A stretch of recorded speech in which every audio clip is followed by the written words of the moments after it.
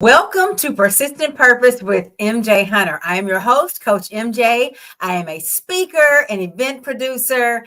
I am a trainer, a coach, all the things. And I'm so glad that you're joining me today for this, our 16th episode of Persistent Purpose. If you are a subscriber and a longtime watcher, welcome back. And if you are new, welcome to the Persistent Purpose family. So today we are going to be talking about one of my favorite topics to talk about, which is distractions. There are so many distractions that can pull your focus from one thing to another. That's literally the definition of distraction. Something that takes your focus from one thing to another thing, from one activity to another activity, from one person to another person, from one vision to another vision. A lot of times distractions get a bad rep. Okay, the connotation around distraction is that it's a bad thing, but there are actually good distractions and there are bad distractions. And so today we're going to be talking about what good versus bad distractions be like.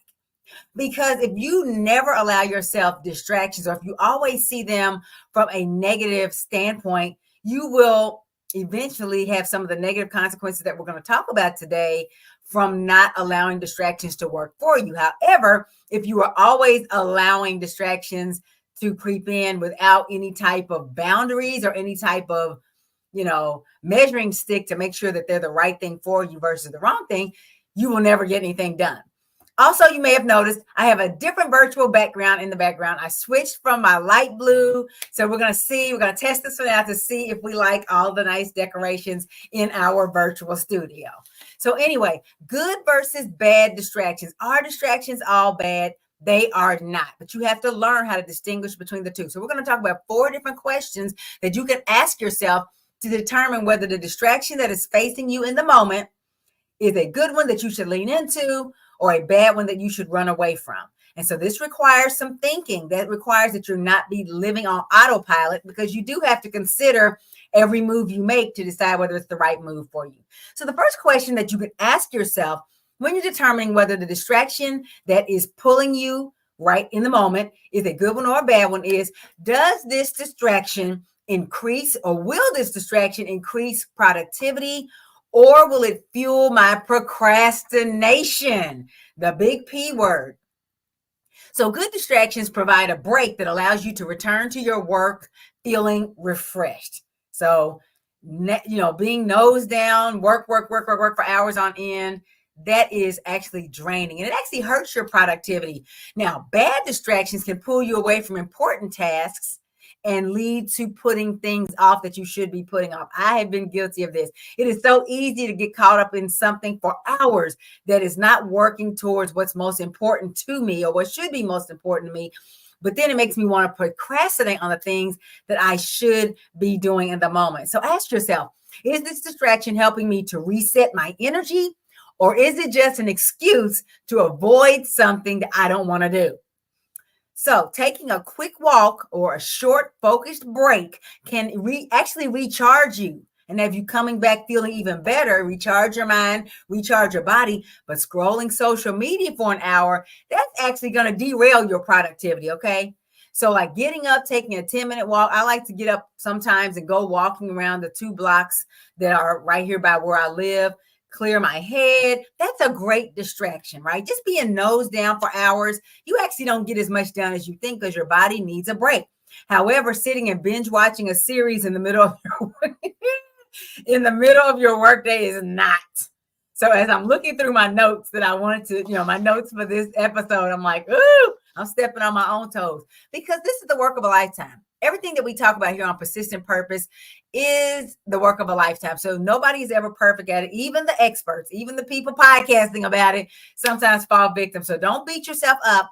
Just ask yourself these questions and get back on track the next time. So does this distraction have the potential to increase my productivity by clearing my mind, refreshing my body, changing my physiology, getting me moving again? Or is it going to lead to more procrastination? The second question that you can ask yourself when you're determining whether this distraction is a good distraction or a bad distraction is, does this distraction provide a short-term gain or a long-term consequence? You heard the phrase, a moment on the lips, a lifetime on the hips. talking about, eating something. It's so easy to eat the things that, end up on years worth of hips and legs and stomach and all this other stuff it works. It's so easy to put it on. It's harder to get it off. Good distractions are like that. They have a short-term benefit that helps you perform better in the long run.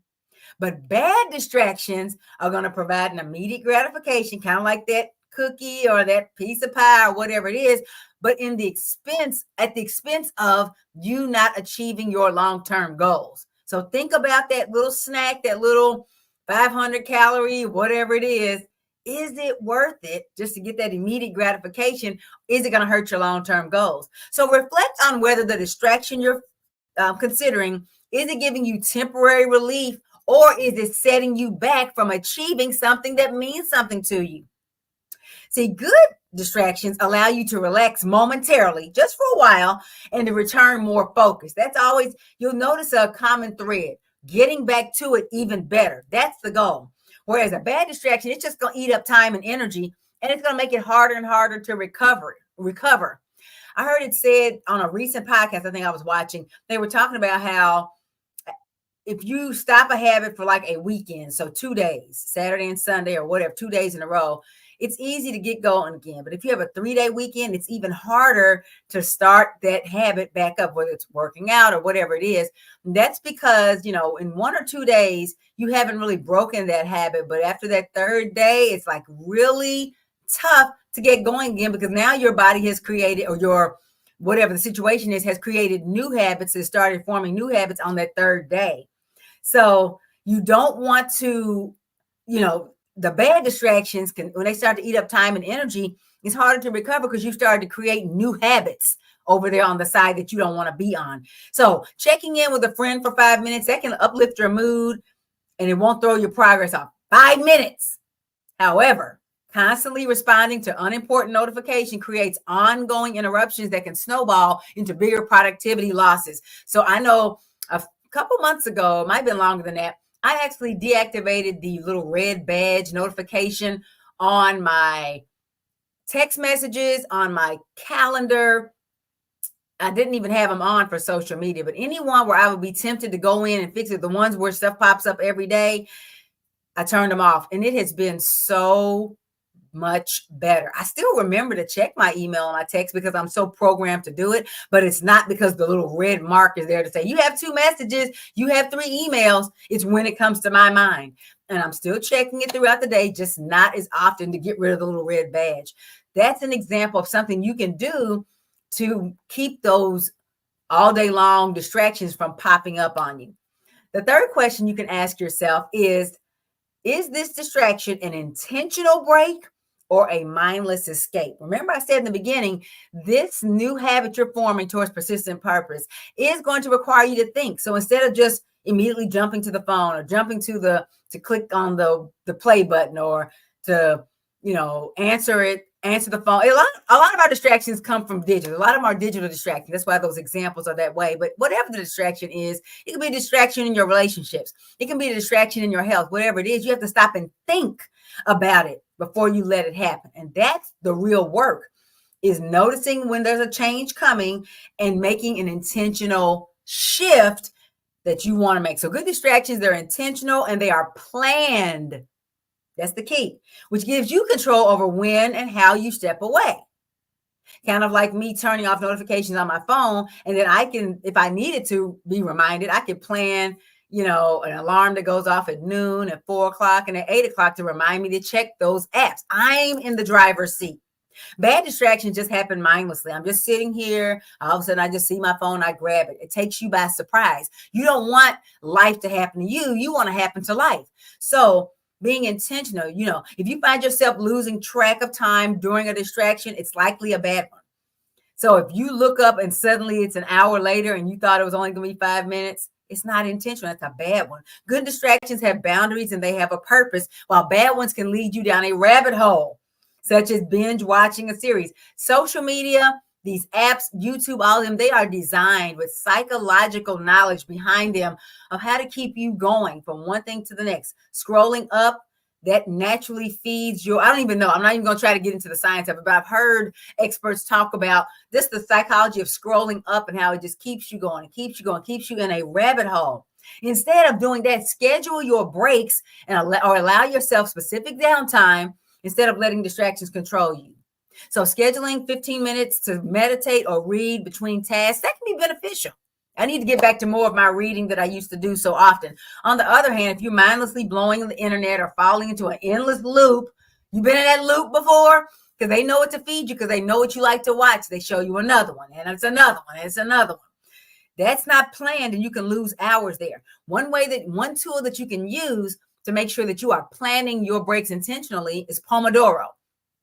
Pomodoro, I think it's of Japanese origin, but it's the concept is that you work for 25 minutes and you take a 5-minute break. After 4 cycles of that, the break is 15 minutes and you start over again. And they have numerous timers set up online that are free. I think my favorite one is Pomodoro dot. No, wait a minute, I can't even find it. I think it's pomofocus.io. And it just counts down the time. The little alarm goes off when it's time to take your break or get back to work.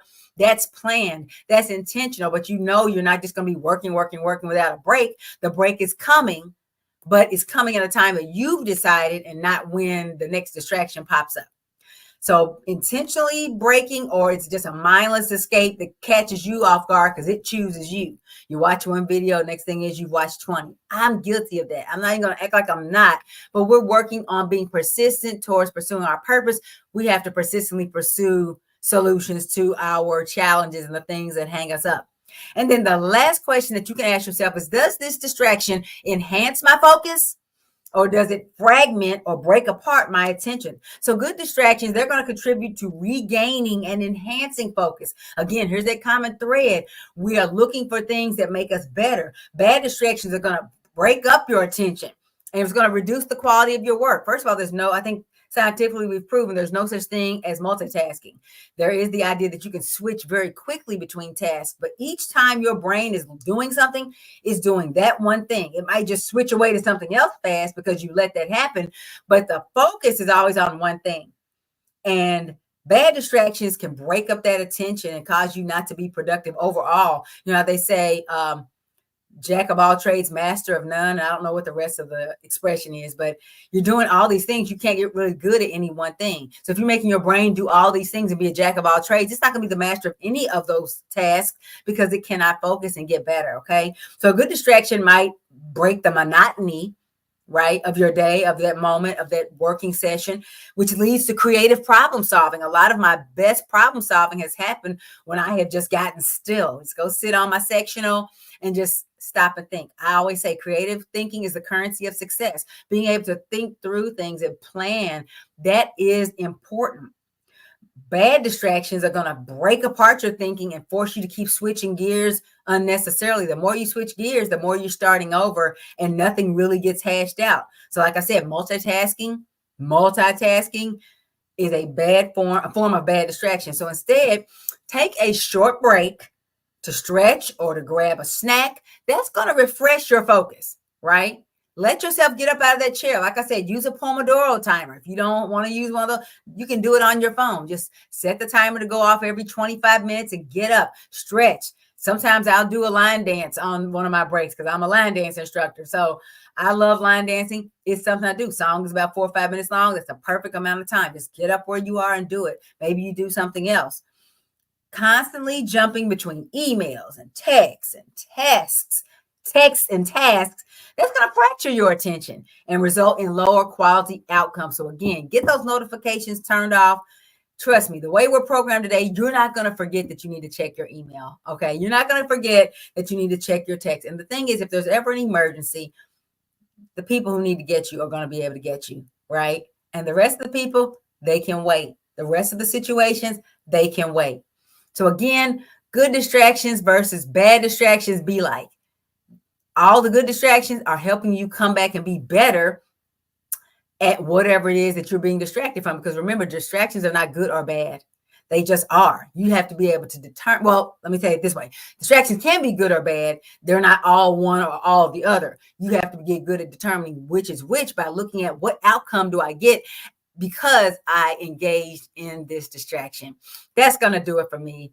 Persistent Purpose with MJ Hunter. I'm your host, Coach MJ. And until the next time, continue to pursue your purpose with persistence, with commitment, with vision, with grit, with tenacity. Never give up until you reach where you're going. I'll talk to you next time. Take care.